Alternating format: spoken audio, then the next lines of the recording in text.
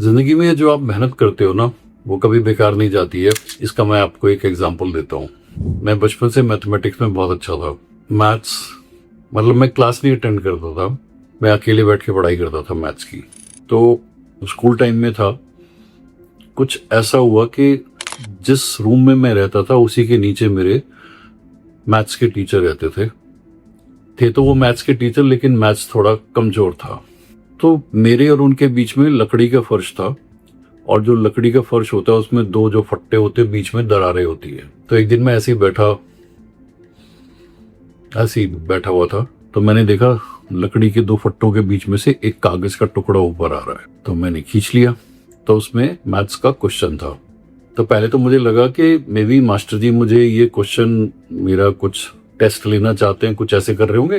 मैंने फटाफट सॉल्व करके वहीं से उसको नीचे डाल दिया, और फिर ये सिलसिला शुरू हो गया। और इनवेरिएबली ये होता था कि अगले दिन जो मैथ्स पढ़ाया जाता था उसके कुछ क्वेश्चन उससे एक दिन पहले मुझसे करवा लिए जाते थे। एनी हाउ, फिर धीरे धीरे मुझे पता लग गया कि भाई, तो मैंने मैथ्स में और प्रैक्टिस करनी शुरू कर दी। सीनियर क्लासेस का मैथ्स भी पढ़ना शुरू कर दिया। अलजेब्रा, ट्रिग्नोमेट्री हो गया, कैलकुलस हो गया, इंटीग्रेशन, डिफरेंशिएशन, और इन चीजों में स्फेरिकल ज्योमेट्री में बहुत सही हो गया था। इतना सही हो गया था कि कॉलेज में जब मैं गया तो मैं क्लास में नहीं जाता था, मैं रात को पढ़ता था और क्लास में बंक करता था। मेरे 10-15% लेक्चर हुआ करते थे सिर्फ। तो प्रोफेसर गोयल थे हमारे, जो मैथ्स पढ़ाते थे। जिस दिन मैं क्लास में चला जाता था, वो मुझे देखते ही मेरे को चौक पकड़ाते थे कि अब तू क्लास में आ गया, तू ले ले क्लास आज। बहुत मजा आता था मैथ्स करने का। एक ही क्वेश्चन को 3-3, 4-4 तरीकों से करना, और 3 घंटे के पेपर को 1.5-2 घंटे में करके बैठ जाना, खाली बैठ जाना। तो मैथमेटिक्स और फिजिक्स, ये दो ऐसे सब्जेक्ट थे जिसमें मुझे बहुत अच्छा लगता था, और मैं बहुत एडवांस बुक्स भी पढ़ता था। तो फ्रेंड्स ने भी बोला कि यार तू इतनी इसमें क्यों प्रैक्टिस करता रहता है, ऐसा भी क्या हो जाएगा तेरे साथ। तो मैंने कहा यार अच्छा लगता है, और ये मेहनत है। उन दिनों एक बड़ा ये वाला चला हुआ था कि मेहनत कभी बेकार नहीं जाती है। तो जब +1 में आ गए तो मुझे एनडीए के बारे में पता लगा। मेरी मैक्सिमम पढ़ाई जो है वो स्कॉलरशिप पे हुई है, मतलब मुझे घर से पैसे नहीं लेने पड़ते थे। तो एनडीए का जब वो फॉर्म निकला तो उसकी कीमत थी 50 रुपए, और मेरे पास 50 रुपए नहीं थे स्पेयर करने को, क्योंकि मैं मूवीज बहुत देखता था, मैं पिक्चरें बहुत देखता था, और सारे पैसे जो स्कॉलरशिप के मिलते थे उसी में उड़ा देता था। बिकॉज बाकी फीस पूरी माफ थी, बुक्स फ्री मिल जाती थी, मेस के थोड़े बहुत पैसे लगते थे। तो अब मुझे समझ नहीं आया कि मैं ये 50 रुपीज कहाँ से अरेंज करूं। उन दिनों मोबाइल वगैरह नहीं होते थे, कोई फोन का चक्कर नहीं होता था, चिट्ठी लिखनी पड़ती थी। तो घर से मैंने कभी पैसे मांगे नहीं थे।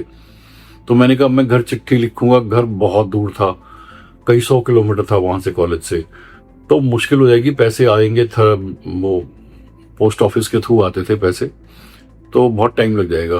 तो मुझे समझ नहीं आ रहा था क्या करूं मैं। तो मैंने अपनी ही क्लास में, जिस क्लास में मैं पढ़ता था, मैंने देखा कि कुछ बहुत अमीर फैमिली के बच्चे थे। उनमें से एक स्टूडेंट था, नाम तो मुझे याद नहीं अब, लेकिन उनके ना बहुत सारे थिएटर्स थे उस सिटी में, और उस बंदे को पता था कि ये मैथ्स में बहुत अच्छा है। तो ऐसे ही हल्के से मैंने हेलो हाय, वैसे मैं किसी को जवाब नहीं देता था, बात ही नहीं करता था मैंने उसे हेलो हाय की। तो उसने अपने दिल की इच्छा जाहिर करी कि यार तू मुझे मैथ्स पढ़ा दिया कर। मैंने कहा ओके, ज्यादा नहीं बोला मैंने, सिर्फ ओके बोला। उसने बोला मैं तुम्हें ना 100 रुपीज पर मंथ दे दिया करूंगा। उन दोनों 100 रुपीज बहुत सॉलिड अमाउंट होता था।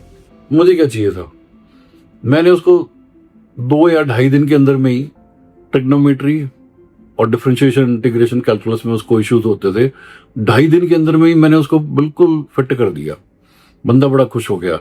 उसने ठक से निकाल करके 100 रुपए मुझे पकड़ा दिए कि इस महीने की एडवांस है। ओके, और फिर मुझे ना वो अपने बहुत अच्छा थिएटर था वहां ले गया।